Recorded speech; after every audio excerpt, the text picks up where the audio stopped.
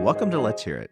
Let's Hear It is a podcast for and about the field of foundation and nonprofit communications, produced by its two co-hosts, Eric Brown and Kirk Brown. No relation. Well said, Eric. And I'm Kirk. And I'm Eric. The podcast is sponsored by the College Futures Foundation, which envisions a California where post-secondary education advances equity and unlocks upward mobility now and for generations to come. To learn more, visit collegefutures.org. You can find Let's Hear It on any podcast subscription platform. You can find us online at letshearitcast.com. You can find us on LinkedIn and, yes, even on Instagram. And if you like the show, please rate us on Apple Podcasts so that more people can find us. So let's get on to the show. Hello, friends, and thank you for listening to Let's Hear It. During the holidays, we're re-releasing a set of some of our favorite and your favorite episodes. In this episode, we bring you my conversation with Shanelle Matthews, who's the founder of the Radical Communicators Network and former communications director at the Movement for Black Lives. And she's now a distinguished lecturer at City College at the City University of New York. A great conversation about power, communications, and narrative. And we're back for another episode of Let's Hear It. Welcome in, everybody. Glad to be here. Glad you're joining us. And the trade of hits keeps coming, Mr. Brown. This is one of our greatest hits that we're about to listen to. Can you tell us? Every hit is the greatest hit. This is a great hit. I have much to say about this. This is a great hit. I interviewed Shanelle Matthews. I'm going to go down her list of accomplishments, and it is really impressive. She is the founder of the Radical Communicators Network, which is an organization of communications people who are working on progressive issues. And she started this in the aftermath of the 2016 election because she wanted to do something. She was the director of communications for the Black Lives Matter Global Network. She is an adjunct professor at the New School. She has worked in communications jobs at the Sierra Club and at the ACLU, and she is really one of the most thoughtful people on issues around race and communications and narrative change and working together to try and solve problems that I've met. And what a cool conversation. Amazing discussion. I think everybody's going to love it. Can I just go through some of the touch points in terms of getting in touch? Because you do this at the end, but the website for Shanelle is helloshanelle.com. Oh, and that's right. I forgot. Yeah. She also has her own communications practice called Hello Shanelle. That's right. She's got her own practice. I do want to take her class at the New School. It sounds amazing. Radcoms, radcomsnetwork.org is how you get involved, and they're on Instagram and Facebook as well. Two other pieces. Thank you, Shanelle. She's writing a book. Yes. I can't wait. You broke that on the podcast. That's right. We broke news. Forward. And then finally, Radcom's doing a conference later this year in California. So I would just put that out on everybody's radar screen that once you listen to the conversation that's ahead, you may be inclined to go to that conference. So agree. Shanelle Matthews, thank you so much for joining us on Let's Hear It. Let's give it a listen and we'll come back and we'll talk. Welcome to Let's Hear It. My guest this week is Shanelle Matthews, and I've been actually dying to meet you because I've been following you on Radcoms, and you have, I think, created a community of communicators. And it's not just your ordinary run-of-the-mill community of communicators. These communicators are special. So thank you for that work, and thank you for coming on the show. This is exciting. We are sitting here in the green room at the Frank conference. Yeah, well, thanks for having me. I'm glad to be here. I don't know where to begin to go through your resume because you have a lot of hyphens in it. You are a consultant, a professor. You teach at the New School, is that right? You are a leader and a convener and all these other things. How did you get here? What planes did you take, or what route did you take to get to the back room here at Frank? How did you get to this place? That's an interesting question. So it was nonlinear. I think for most of us in strategic communications work, that's true, because although this capacity has existed in social movements and in the professional sector for a long time, It's just starting to be codified really in social movement spaces now. But I went to journalism school, like a lot of us. I went to LSU. At the same time I was in journalism school, I was an organizer on campus. And so I come from Los Angeles, a very liberal, progressive place, to Baton Rouge, Louisiana, and found myself in this interesting political predicament where I didn't understand some of the social circumstances that were happening there, but I was infuriated by them. For example, they are still flying the Confederate flag on campus during game days and other days. The Women's Center was infested with termites and was falling apart. The African American Cultural Center was being temporarily shut down with no information about when it would be back up. There was no ADA compliance in most of the buildings because it was considered a historic campus. So there were all of these fundamental injustices happening on campus, and I felt so frustrated by them. And at that time, I didn't know anything about what organizing was. I just knew that I wanted to make some changes on my campus. I was also writing for the paper. I was writing in the op-ed section this column called Ready for Revolution, where I talked about the lack of retention rates for Black professors and other professors who were non-white or women professors, where we talked about Planned Parenthood on campus and what it meant for people to have access to choice. And so, but eventually I was fired from the Daily Reveille. Even though I was writing in the op-ed section, the editor said that I had organized a protest against standardized testing in Louisiana that was incredibly discriminatory against Black students. And it made the news, and he said, you're not supposed to be making the news. You're supposed to be writing the news. Too opinionated for the op-ed. I'm like, but it's an opinion, column, and so all that to say, how I ended up here is that I found the newsroom to be incredibly reductive and limiting.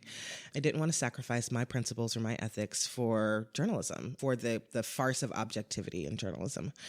So some years passed, and I learned that you could do communications work, the work that I had been doing around messaging and sharing my ideas on campus for nonprofit organizations who shared my values. And so in 2011, I took my first nonprofit communications job, and I've spent the last 9 years working as a director of communications, as a communication strategist, a consultant, an associate. I mean, I've held every single role, and those roles and the loneliness I felt in them, the lack of understanding. I didn't go to school to learn how to do strategic communications. There was no course to take on it, and I had so many questions, and I felt so much shame for all the things I didn't know, and I didn't know who to ask. And what I wanted was a community of practice, a place where I could go and ask people, what is political messaging, and how do you do it right? And how do I know if I'm successful? How do I manage to talk to the base while also inspiring the prospective base to join us? I just didn't know where to get those answers. And there were these one-off classes I could go to, but none of them felt whole. So the Radical Communicators Network, I founded in 2016 after the election. I was frustrated like everybody else, and I wanted to know what those of us who are working in social change communications were going to do, what we thought our responsibility was over the next 4 years to ensure that Trump didn't get reelected. And so I made a call on Facebook just after, maybe a few days after the election, and I said, where are you, people who do this work, who work in digital and strategy and polling and persuasion and message development? Can we get on the phone and talk about what our role is? And we did, and it was 3 years in last November that we celebrated at Radcoms. We have 1,400 members now, and it's been an incredible space of learning and growth and a shame-free and judgment-free space to learn. It is, and a good old-fashioned listserv. Mm-hmm. And a good old-fashioned listserv, yeah. Where you're using old-school technology to teach or to exchange new ideas. Yes. What do you get from this community? What do you learn from them? I learn a lot. I say I'm like on a very human level. I learn how to be vulnerable with people who I'm building political power with. At the end of the day, yes, we're all professionals and we're doing a job for our organizations or for our clients, but we are trying to move people along a political spectrum from one idea to the other. That is hard work, and we have to do a lot of listening and understanding. And so to me, that starts with the community of practice that you're working with. Can we understand each other? Can we see each other's humanity? Can we get clear about what we need? And can we ask hard questions so that we can do this work? The other thing I get, professional growth and development. Strategic communications is so incredibly important to social movements. It determines what people know about different ideas and different groups of people, how they act in relationship to those people, and to to democracy and the systems that we're all bound to. And so we're teaching each other how to do our jobs well, how to understand different communities. As a Black woman doing this work, also something that's very important to me is to insert a racial analysis into strategic communications work. We don't get to talk about the politics that exists in this country without talking about race. And so this group does that, not just for people of color and Black people, but for people with disabilities and people who are migrants and people who are living in poverty. And we have those hard conversations about how to serve the most vulnerable people. And that is something actually I never found in any other communication space. And that's why the grassroots aspect of Radcoms is so important. And I get a lot from that.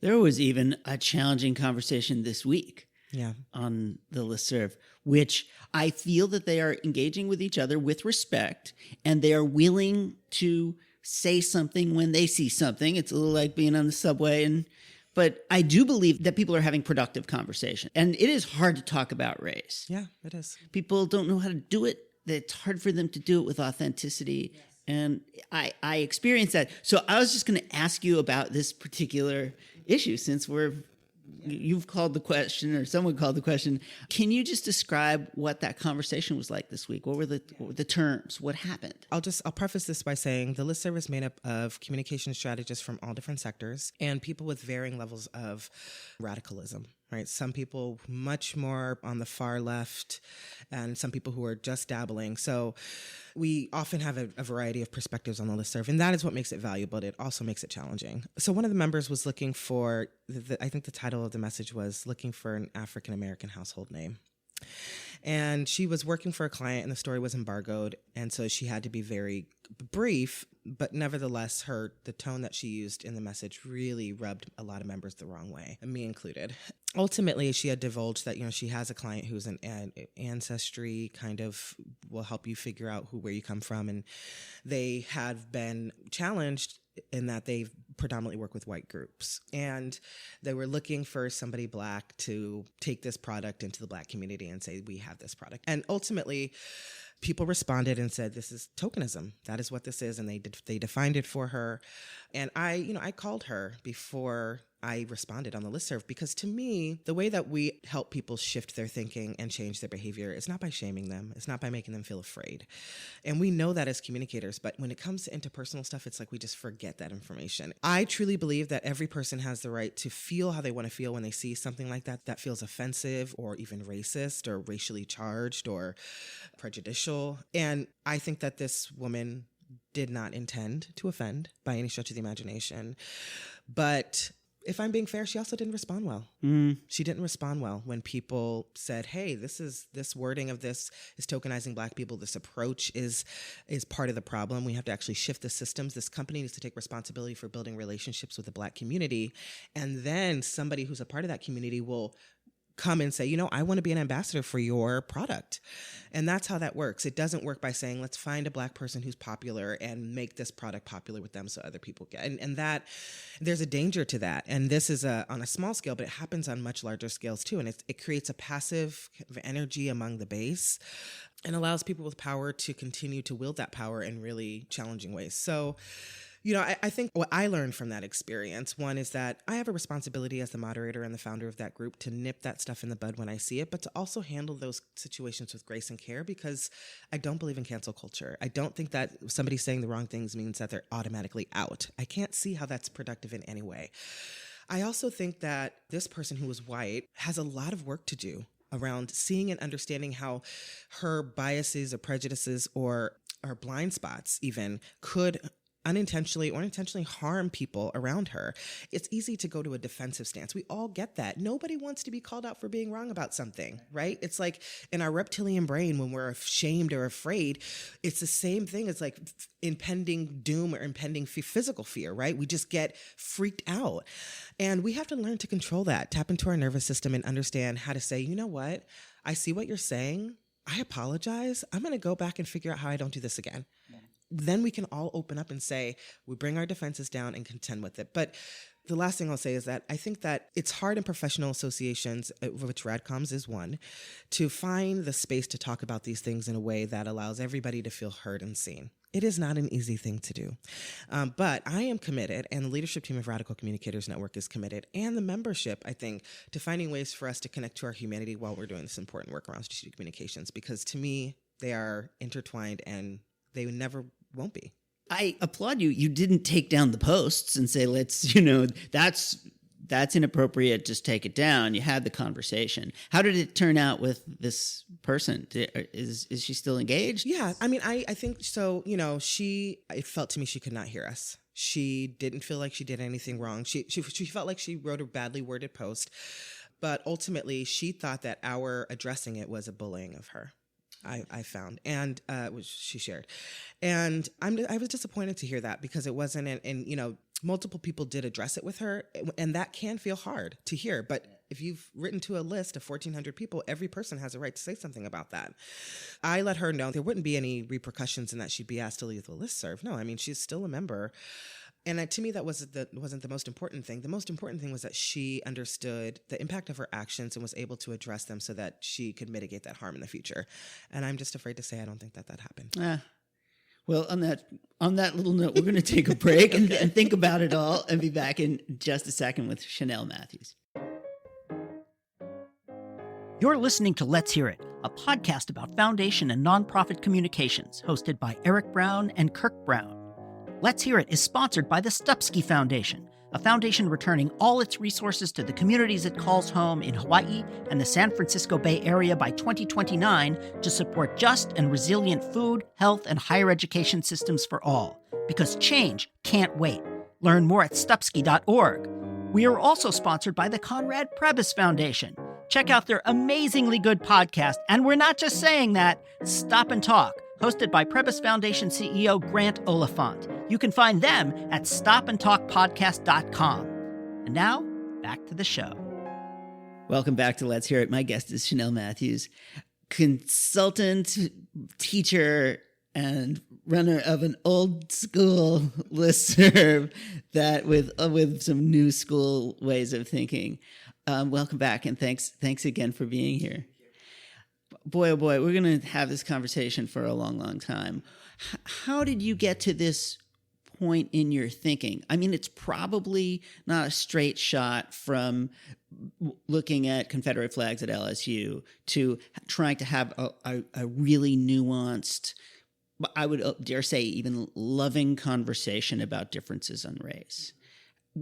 What shaped your thinking over time? What helped you understand how to engage in this way that, I mean, John Powell, who's a guest, I don't know, a couple of weeks ago, talks about bridging across differences and co-creating a better future. And you're nodding your head and smiling a lot. So I think we're connecting on that level. How did you get to this place? What made you a bridger? Yeah. So it's so interesting. I wouldn't have called myself that, but one of the members of the listserv, Brian Stout, who works with John Powell, gave me that name a couple of months ago, and I was like, I didn't even know that was a thing. It feels natural to me to want to connect with people as just a fundamental part of who I am as a being. I am interested in being with other people, collaborating with other people. So I grew up in a number of places, but I'm from Los Angeles, and I'm from South Central. And South Central in the 1980s and the 1990s was a pretty rough place for people to live. The state was attacking Black people in incredibly harmful ways. Police violence, there was the war on poverty, the war on drugs, AIDS epidemic, crack epidemic. It had been completely forgotten by Hollywood also, right? Like completely overlooked. And so one of the things that I learned living in that community, and then we moved to Ohio and then Kentucky and all these different places. Ooh. Yeah. my mom got remarried and I lived and then Louisiana for college and then New York, was just that everywhere had similar problems in a different kind of frame. And to see the kind of the through lines and the humanity of people in different places, for me, taught me a lot about how to be with people. About my thinking, I really struggled in college to figure out ways to be persuasive. I was very combative with my approach. And that was in part because I grew up in places where we were constantly having to fight for our lives, fight for ourselves. And so, but that tool that served me in my youth and my adolescence to fight for myself, for my own freedom, for the freedom of my family and people who look like me, for access to fundamental necessities, that didn't serve me as an adult, as a communicator. And so I had to learn how to be persuasive in different ways, how to engage people in different ways. And so, some of that came through failure. I would be in relationship with other people I was building political power with and organizing with, and would fail to connect because of tactics that were outdated or that didn't serve the relationship or work very well. And I would have to learn from those experiences. So it was a lot of reflection is how I got here. Also realizing that I wasn't going to be able to connect with everybody, that I needed to be mindful about how, who I wanted to build with and how my approach would work with certain groups and wouldn't work with others. But also the hard thing is, like, how do I maintain my integrity of who I am at my core while also bridging with other people? This is really similar to what we think about in communications, right? How do you maintain the integrity of the message, of the value, of the core idea that you have, while also trying to do a moral reframing in order to bring other people into the issue, so to make it appeal to them? And in that way, as a bridger, like being able to appeal to multiple people and multiple groups, that serves, my work, and it serves the work of strategic communications in really fundamental ways. But I have to be careful to not lose myself in all of that. Mm-hmm. And how do you do that? How do you connect? Because there's this thing inside you that drives who you are. It didn't change. It doesn't change. I think how you interpret it, how you express it might change. How do you think about that? How to make sure that you have that authentic self in there and still connect with audiences who may not necessarily start from the place where you are? Yeah. I mean, I think people can tell when you're authentic. Well, I know people can. So it's interesting to be right now just kind of watching what's unfolding politically and to see different candidates and their attitudes and how they've maintained a sense of integrity over many, many years. And I find that appealing. It takes personal transformation. I will just say that a personal commitment to knowing yourself and to standing in your values and to having that deep sense of integrity, even if people fundamentally disagree with you, and to not being afraid of that disagreement. I used to be really afraid of disagreement. I used to be ashamed when people didn't agree with me, like, I was wrong or my ideas were bad. And that just came from a sense of insecurity that I had to get over. And that wasn't easy to do, right? We all kind of socialized in the world to compare ourselves to other people, to wonder if what we're doing is right and good enough. So I have been very committed to having a practice of self-awareness and self-reflection. And so how I maintain my sense of self is doing that daily work of understanding my own biases, my prejudices, my faults, my blind spots, and also what's great about me. And as a woman, I think it's really hard to understand what's great about you in a world that is continuously telling you that you're not good enough. As a Black woman, as a queer woman, as a person who grew up, in a home where my father was in prison, my mother was a single parent, and that changed later in life. But having that sense of self requires a daily commitment of practice, and also to realize that my personal life, my personal values are not disconnected from my professional values. All of that stuff's interrelated. What do you tell young people who are getting into this work? I'm heartened because I see a lot of young people, people of color, people who come from a variety of backgrounds who are getting into this work to do good. And I'm excited about that. I'm excited about the future, even though I'm a little worried about the present. And you teach them at the New School.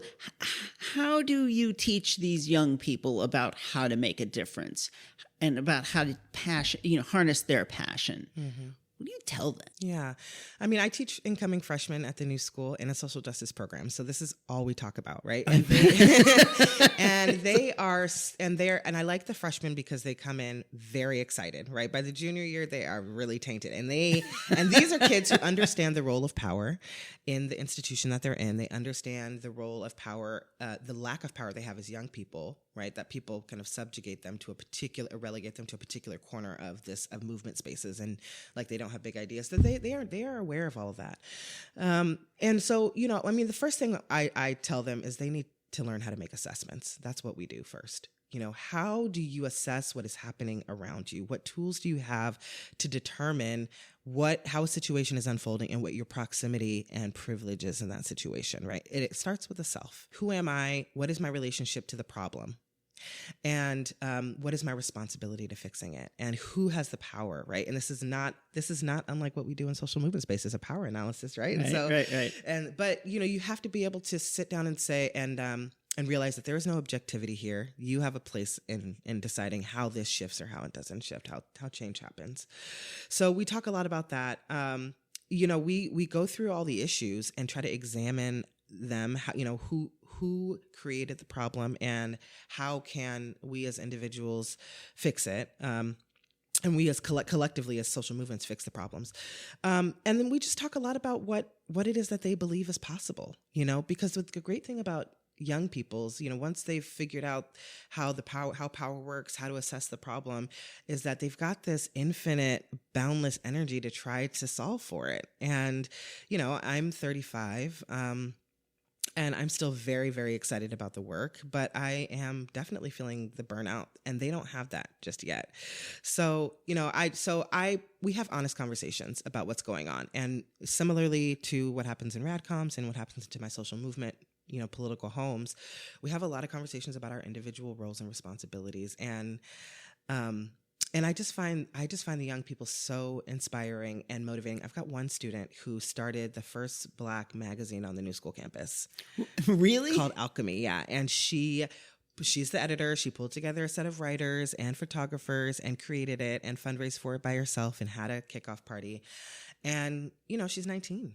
She's 19 years old. So and I think, I'll just say this to your listeners, and, we have to make a serious investment in young people, because these are our future leaders. They're the people who are going to be running for office, who are going to be running our media institutions, who are going to be making the decisions for how we understand the information that comes to us. And so the more that we can prepare them to do that in a skillful way, the better we'll all be. As Whitney Houston said, I believe the children are our future. Yes, she was correct. I think George Benson said it before that. Okay. Wow. Great minds. Great minds indeed. What, you 9 or 10 years is a quick amount of time to get from LSU to here. I'm just stammering, so just yeah.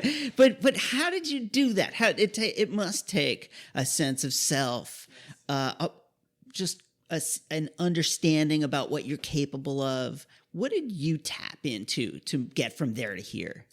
Yeah, I mean, I the most important thing is that I did not do this by myself. I did not. And getting here, I feel a sense of success, if you will, in that I found what I love to do. Right. And not that I have by any means transcended being the best at it. I'm still figuring it out every single day. So, there were a lot of people who supported me in getting here, who allowed me in positions to make decisions and try things and fail at things. The one person who comes to mind is Evelyn Shen, who's the executive director of Forward Together.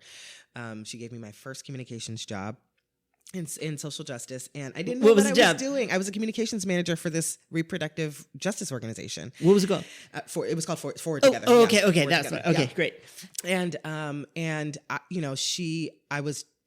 I used to really feel like ashamed when I didn't know what I was doing, and I wouldn't tell anybody I didn't know what I was doing. So I would just be tinkering in my office, pretending in some instances like I knew what I was doing. And obviously it would come out, some weeks or months down the line. And she was just so kind. She would just, it's okay for you to tell us if you don't know how to do something. And I think that seeing that part of me, that humanity, my humanity in that way, and not firing me or not shaming me about that, I mean, that allowed me okay, like I'm allowed to try something and then fail at it. Another person is Sujata J. Sudasan, who's a mentor of mine. She's a faculty at the New School now, and that was not related at all to my going there. We just both happened to be there. But she taught me the fundamentals of design thinking, of experimentation, of prototyping, and that for me is how I run through my life now, right? I try something out. If it doesn't work out, I don't stay too long, because that's another thing, right? Being willing to see where something is not serving you, where a position isn't serving you or a role, and stepping away from it. The other thing is that I've messed up a lot. I've messed up a lot. I've made the wrong decisions. I've gotten into conflict with people and not been a graceful participant. I've left roles too early, feeling, like I had learned enough, and just being an arrogant 20-something. And it's those kind of moments where, I feel a deep sense of shame about them, and turn that shame into something productive, and, try to keep it moving. But I think, yes, it's a self-awareness about what I want to do and what I don't want to do in the world. It's the idea that I have in the past felt incredibly pigeonholed by a single position at an organization, right? So being, the comm strategist at the ACLU was very enlightening. I learned so much, and I could have learned so much more had I stayed longer and just really studied under some of the professionals who worked there. But I also felt it felt very narrow and very reductive. I felt like I wanted to do more things and have my hands in more things. And that is something I also felt like, should I be ashamed about that I'm the kind of person who just wants to dabble in a ton of different things? And I don't feel shame about that anymore. I mean, I feel excited by that, but it has its limitations, of course, right? Because then you're doing a bunch of things at some small percentage of your capacity and nothing at 100%. But, but I mean, I think it's about figuring out what you're good at. And I think the other thing is creating the things that you see are needed. So I am very good at big vision. I can see something and try to figure out how to pull it all together. I'm not good at the details, right? This is why. Oh, we're the same person. We have to have a team. People wouldn't know it, but you and I are the same person. And so but that's what's great about collaboration, is that you get to build with people who love the details and are very good at figuring that out, and who don't care so much for the big vision, or who don't have that capacity. So Radcoms is actually a creation of that desire of mine to want to create something that I needed and didn't exist before. And so, yes, 9 years is very quick. And it's so funny because when I tell people all the stories of all the jobs I've had and all the things that I've done, they're like, wow, like, how old are you? And it's just like, I feel like I've lived a million lives in my 35 years, and in that way, I feel like I'm getting the most out of it. Yeah, well, I'm on my 5th comeback, I think. Nice. I'm a multiple has-been. Actually, in cancel culture, I've been canceled literally by NBC because I was on a TV show that got canceled. So, oh wow, yeah. So you know about that. Yeah. For me, cancel culture happened in 1982, but I don't want to talk about it. Last question. So how do people sign up, get involved in Radcoms, first of all? Because I think that a lot of folks will benefit from it. People can visit radcomsnetwork.org, and you can sign up from there. We also have an Instagram, Radical Communicators Network, and Facebook. And just to say a couple of things that people could get involved in if they join the listserv. So we do professional development for strategic communicators, for people working in digital, pollsters, anybody who's working in communications related to social movements. And so we provide monthly kind of peer-led sessions on different topics. We recently did an analysis of global protest messaging. So we wanted to see where the themes were across, I think I looked at 30 countries that had held protests over the last year. We did one on consulting, fundamentals of consulting. We have so many consultants and so many new people who don't know how to file their taxes, or who, and I mean, this was really important to me because when I first started consulting, I undersaved for the IRS by like 10 grand. Ooh. And it took me so long to pay that off. And I didn't want Ow. anybody else to do that. So the professional development part of it is like both the fundamentals of how to do our job and also the strategy and analysis portions of that. We're also writing a book. So we, Ooh, really? Yeah, we cool. haven't really announced it to very many people yet. So you're one of the first persons to hear it. Hey. First person to hear it. But we are the Radical Guide to Strategic Communications or Social Change Communications. We're still figuring out a title. Will be a primer that's a blend of academic theory and case studies from the field. So I'll write a chapter on the communication strategies of Black Lives Matter. Marjana Zakowska, who's my co-editor of the book, will write something on National Domestic Workers Association, where she led the earned media strategy. Chelsea Fuller for the Me Too movement. So it's a very exciting book, and we're really grateful to the Rockefeller Brothers Fund and also to Borealis for helping us pull that together. How cool. When is it coming out? Yeah, so it's a 2-year project, so it'll be a while yet. We've just put together an advisory committee of people to help make sure that we do it right. And we have a lot of questions about what right looks like. But again, filling the gap where you think you needed it, I would have loved a book, a primer that taught me what messaging worked for specific movements and what didn't work and how to poll people and how to develop social media content that was effective. And so that's what we're hoping this book will do. Wow, I can't wait. Honestly, I really can't wait. And the third thing is, which we'll announce this week, is that we're going to have a conference this year. So it'll be a California-based conference in the winter after the election, where people who believe in narrative power building and organizing as a necessity towards social change will come together to debate and ideate on strategies that we need to make our social movements better. Excellent. Well, we'll definitely plug that when it. Great. When it is. It's not announced yet, though, right? It's not announced yet. We'll announce this week, but it'll be happening in November, December. Excellent. Yeah. And then and you have your website is HelloChanelle.com. HelloChanelle.com. Yeah. What else should we plug while we got this? While I've got you.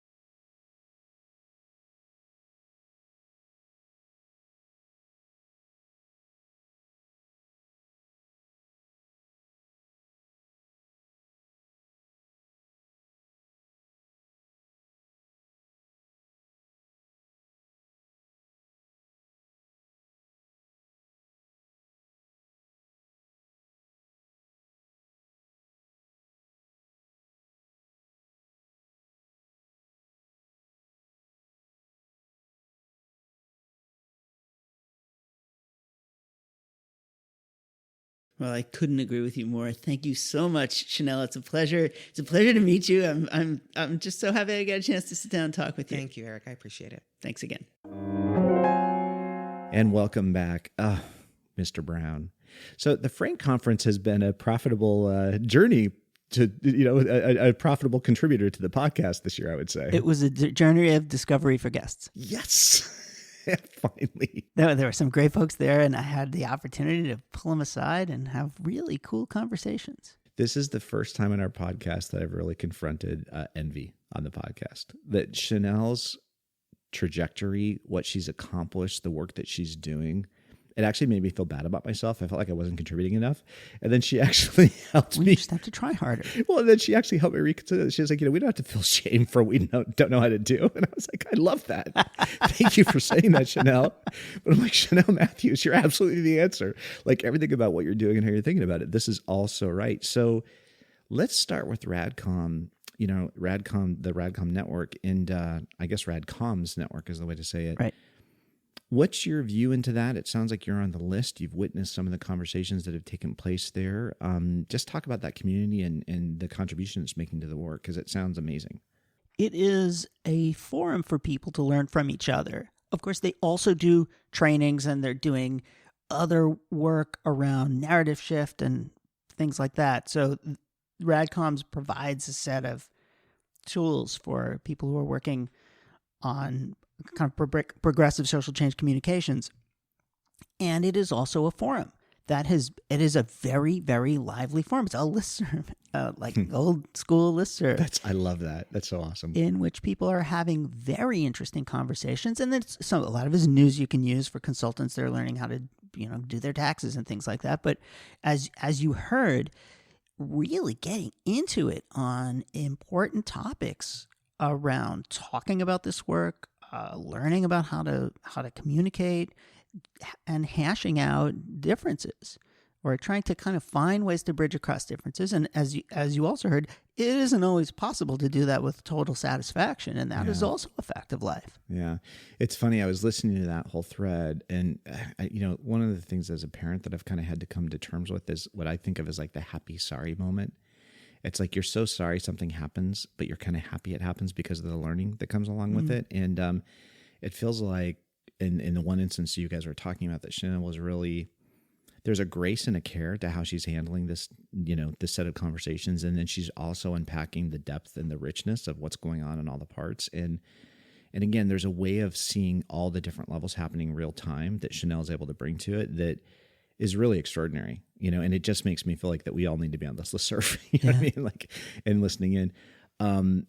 You walk and talk through her own journey into the work. And I think that after she's done with this current book that she's working on, that's going to take 2 years, I'd like the next book to be called LA to Baton Rouge, the Shanelle Matthews story. But what do you take? New York. What do you take about that that trajectory she went through? Because you commented on it. I mean, she's, I think it's 9 years doing communications. I mean, that's relatively speaking, it's a great trajectory, but it's not the decades that some of the folks we've had on the podcast have brought to it. And yet the nuance and the depth of the work she's doing is really extraordinary. I think it's gratifying to me that Shanelle's voice and the voice of many of other people, relatively young people, are being heard now in ways that they haven't before. I just think that that's so important for our work. It's important for our future. It makes me feel better about the prospects of your daughters and my daughters' lives. And I think that represents a shift. I honestly think that 10 years ago even, we just didn't have access to that kind of energy, talent, and life experience. And as you hear, Shanelle's life experience was, there were challenges in it. And the experiences that she felt at college were clearly ones that have shaped where she has gone on to go, and the things that she's doing. So I just think that's it's important. It's valuable. It was clearly not easy. I hope that people have who previously hadn't had nearly the kind of opportunity to help shape our society are getting that chance. And so it's really valuable. I really, really appreciate what she's doing. I liked your exchange about bridging and bridging across difference. And you called her a bridger, and it sounded like you got a smile that elicited a response from Shanelle immediately. And talk to me a little bit about that. I have to say, I've been through these series of discussions we've heard on the podcast about bridging. The thing that I just keep coming back to is the generosity, it seems, and the rigor that's required in that process. And I was just thinking, man, bridging, like sitting on this, or I don't know what, swimming in this ocean of privilege and not being able to even understand how much it informs your total worldview. Yeah. And now somebody's going to bridge to me and bring me out of that morass and actually into a better place so I can communicate with a greater connection and more effectiveness. There's so much that goes into that role. And again, I keep having these fantasy views about people gathering who have this capacity. And again, the RadComs conference that's coming in 2020, maybe this is a place where that's going to be happening. But tell me about the bridging conversation. What was that like, or what are your views on it? You've had a chance to reflect on it through a couple of different conversations with folks. Yeah, obviously we had one with Ben, we had one with John, Ben McBride and John Powell. And the idea, these are definitely exchanges. These are bridging across differences, and the difference can be just life experience in a variety of ways, or gender, or a variety of other things that represent difference. And it to my mind, it involves an exchange of people who are willing to share something that is uncomfortable, that represents their own admission that they don't see the full picture, an interest in learning more, and a willingness to kind of expose something in yourself that you don't know about, or maybe are worried or nervous, or you don't know how it's going to land. And then in the receiver, it's a generosity in understanding, listening, listening carefully, and not making people feel bad for something that either they aren't, or they don't know, or they haven't done. Yeah. And that's, boy, oh boy, that can be really, really challenging and intimidating, and people can be forgiven for not wanting to have those conversations. But once you do, I mean, that's how you learn. And that's how you build. It's how you co-create a better future. If people feel like that they have something to offer, and that their ideas are heard and felt in the spirit with which they are offered, then you can get somewhere.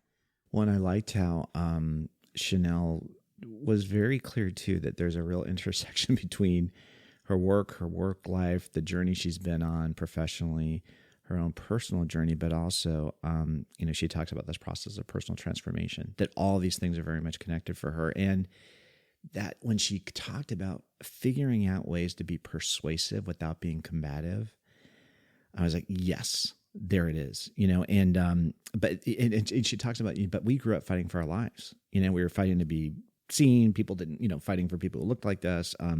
She talked about all the stuff at, I think it was LSU where she went. Is that right? All of the missing pieces that activated her own activism there in terms of the issues that she was trying to address. But that in her own story, she's saying this learning for me came through failure, that I was willing to actually, be in relationship, fail to connect. That piece about how we're willing to learn, the vulnerability required to learn, we're going to fall off the bike before we learn to ride the bike.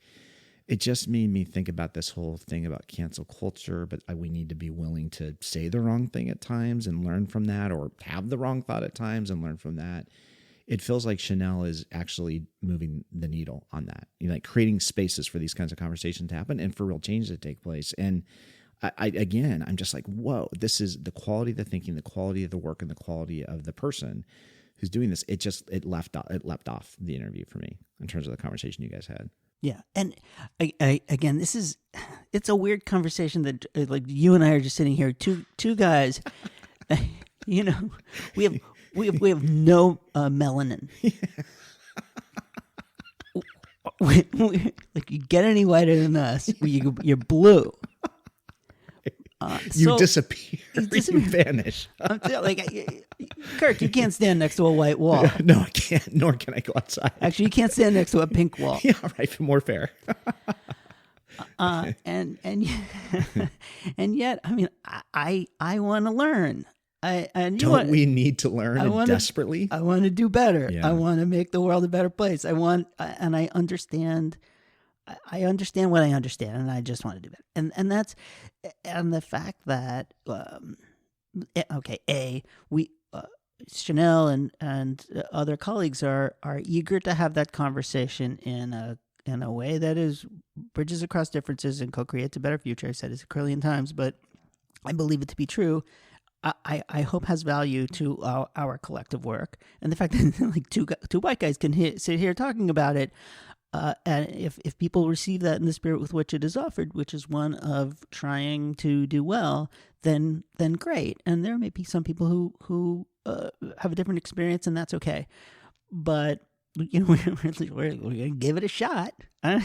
We're occupying a space that's being created by the people that are having the conversations with you about this, right? I mean, that to me is what's so incredible about it. It's like there's room here for us to have this discussion because we're being invited into it. And how well are we going to do? What biases we have? What, et cetera, because of our background? Well, we'll see. We'll have that all sorted out. But the invitation to engage is, I think, to what's just wonderful about it, and there's so much transformative opportunity in that. It seems like, because that connection, that connectivity, it feels like it can grow. It's not just one, it's not just two people, it grows and grows. And so this notion about the learning. So I want to find out if Shanelle's course is online at the new school. Ooh. And I want to take it, because she talks about. She teaches freshmen. You're going to have to enroll. Fine. Let's start over. Let's roll the tape back I love that. She's working with freshmen in the social justice program. And she's like, I love working with the freshmen because by the time they're juniors, they're the jaded juniors. But we've been talking about this, right? Like how important it is to embrace this next generation of people, create opportunities, hand over all of our lessons learned so they can look at the record, edit, delete, take out what isn't working, but, keep the parts that do. And Shanelle's living that as part of her work at the New School. Again, and by the way, at one point in my life, I almost went to the New School for graduate work. And it's like one of those, different paths, I've always just beloved the New School, so it's good. She's there, she's teaching. It's just amazing. It's a really cool thing. It really is a cool thing. And like I said, I was so looking forward to that conversation. And I hope that people got something out of it. I certainly did. She's so dynamic. I know that we will all be turning to her for advice and ideas and real leadership. Yeah. As things progress, because she just does have both a life experience, but a set of tools that everyone can benefit from. Well, and on that tools count, and this is the last thing, and then we'll go.